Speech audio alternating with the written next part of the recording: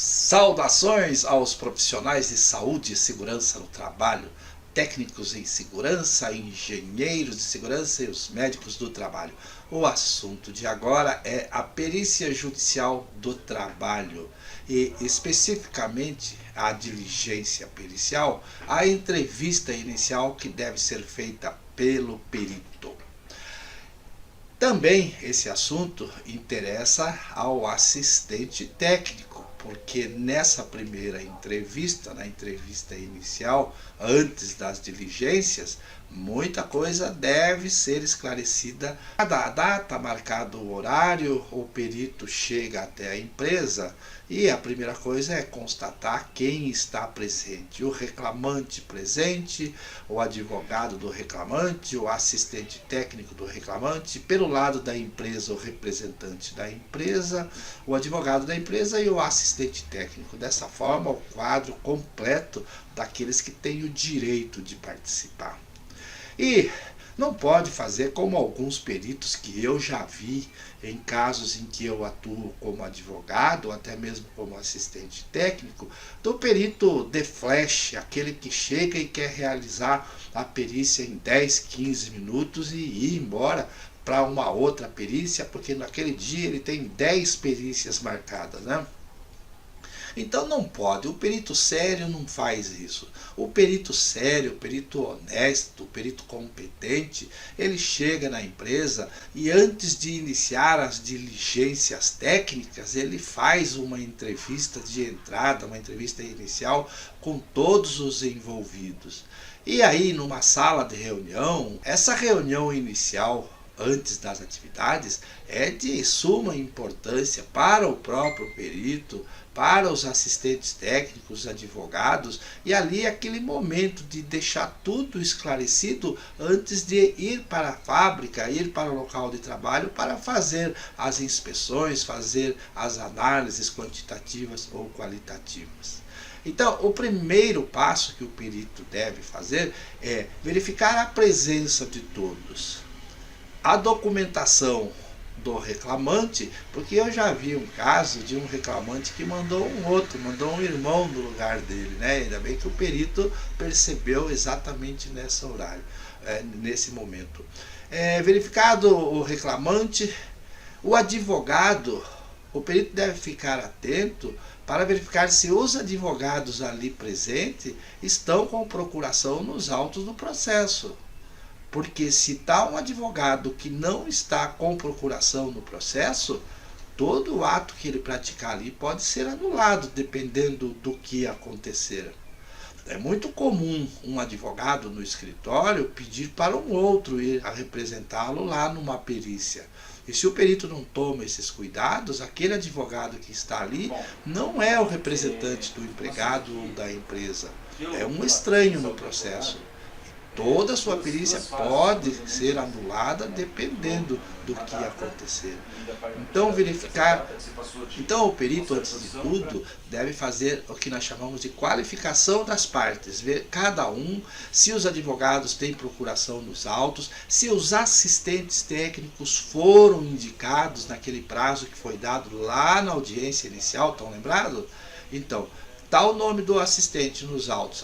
E antes de tudo isso, cabe lembrar aqui agora, você, o perito, deve ter já anotado nos seus rascunhos, você já olhou o processo, já viu quem são os advogados, você já anotou quem são os assistentes técnicos indicados.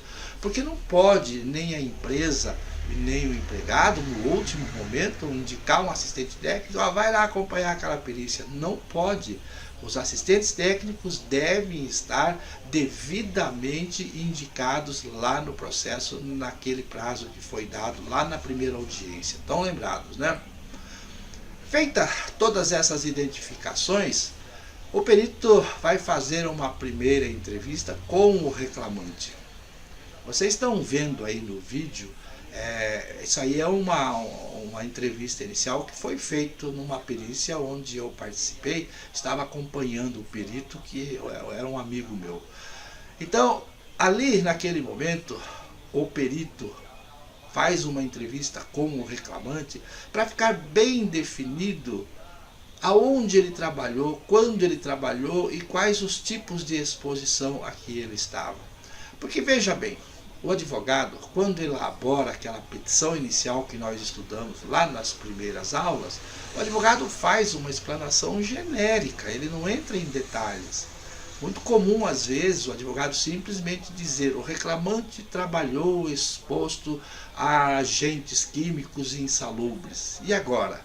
Então é nessa entrevista que você vai tomar as declarações do empregado. Da natureza, por exemplo, qual a data da sua admissão, a data da sua demissão. Alguém pode dizer: não, mas já está lá nos autos, quando o advogado na petição inicial. Ok, pode estar lá, mas é bom que você tome essas declarações dessas datas. Qual o setor que você trabalhou? Quais os setores que você trabalhou? Porque você pode ter uma simplicidade numa situação concreta em que aquele reclamante trabalhou por 1 ano, por 2 anos na empresa em somente um setor. Os 2 anos trabalhou só naquele setor, naquela máquina. Então, tranquilo, ninguém vai contrariar o que o reclamante dizer. Alguém da empresa não vai dizer: não, você não trabalhou nesse setor. Agora, o problema é quando o empregado trabalhou, por exemplo, 3 anos, trabalhou 6 meses num setor, trabalhou 1 ano no outro, mais 6 meses num setor e que não havia nenhum tipo de exposição. Trabalhou 3 meses onde o ruído era acima do limite de tolerância. Trabalhou num 3º, 4º setor onde havia exposição a agentes químicos. Isso é muito comum quando o reclamante tem por função os serviços gerais, né? Então ele pode estar num setor hoje, depois ele é transferido para um outro. Então acontecem casos do reclamante passar por 3, 4, 5 setores diferentes, com diferentes riscos ocupacionais, com diferentes tipos de exposição. Então você, o perito, tem que fazer uma planilha, um mapa de todas essas exposições. E aí é importante que o reclamante, então, esteja presente para ele declarar isso, né? E na medida em que o reclamante faz as suas declarações, é muito importante que essas declarações sejam confirmadas pelo representante da empresa. Caso o reclamante diga: trabalhei 6 meses nesse setor, e o representante da empresa diz: não, você não trabalhou 6 meses, você trabalhou 1 mês, 2 meses. Você, o perito, tem que fazer essa anotação e lá no seu laudo você tem que descrever isso. Porque numa situação de procedência, por exemplo, em exposição ao ruído, você vai até o setor, você faz a dosimetria, você concluiu que estava exposto acima do limite de tolerância. Foi comprovado nos autos que a empresa não fornecia o equipamento de proteção individual. Se o empregado disse que trabalhou 6 meses, o seu direito vai ser 1. Se a empresa disse que trabalhou 1 mês, o direito, em termos financeiros, será outro. E não é você, o perito, que tem que botar ali na briga, ali, dizer: e daí, quem que está certo, quem que não está certo? E você, o perito, dizer: não, você está certo, você está certo, você está errado. Não. Você simplesmente vai elaborar o seu laudo, vai fazer a dosimetria de ruído e você vai dizer assim: realizada a dosimetria de ruído, o nível de exposição de tantos decibéis. O empregado afirmou na entrevista inicial que trabalhou no setor por 6 meses. A empresa contestou dizendo que foi por 1 mês. Cabe ao magistrado, através dos meios de provas no processo, determinar se foi de 6 meses ou de 1 mês. Então não é você, o perito, que vai dizer: foi 6 meses, não foi 6 meses. Então você simplesmente tem que fazer as medições, fazer as avaliações e no seu laudo dizer: o empregado disse que trabalhou 6 meses, a empresa disse que trabalhou 1 mês. E aí depois deixe que os advogados que se acertem lá na segunda audiência. Tá certo? Olha a importância. Passou a mão. Olha a importância dessa entrevista inicial. E se você não fizer essa entrevista, você fizer depois as quantificações de qualquer jeito e vai fazer no seu laudo, vai dar um rolo no final, vai dar uma confusão, que o advogado de uma parte que se sentir prejudicada pode simplesmente impugnar o seu laudo exatamente por não esclarecer a realidade dos fatos. Então, não se esqueça, perito, assistente técnico, advogados, antes de iniciar a diligência técnica, façam a entrevista inicial, essa reunião inicial. Eu chamo às vezes de reunião administrativa, reunião... Você que assistiu esse vídeo e gostou, você que é técnico de segurança, engenheiro ou médico do trabalho, se você quer ser um perito judicial, um assistente técnico na perícia judicial do trabalho, vejam aqui, eu estou deixando aqui o link para você entrar em contato e ver. Acesse a minha página lá na internet, no www.periciasdotrabalho.com.br, vai no menu ali, clique lá, curso perícia, vai te abrir uma página lá com todas as informações para que você faça a sua inscrição e participe do curso online.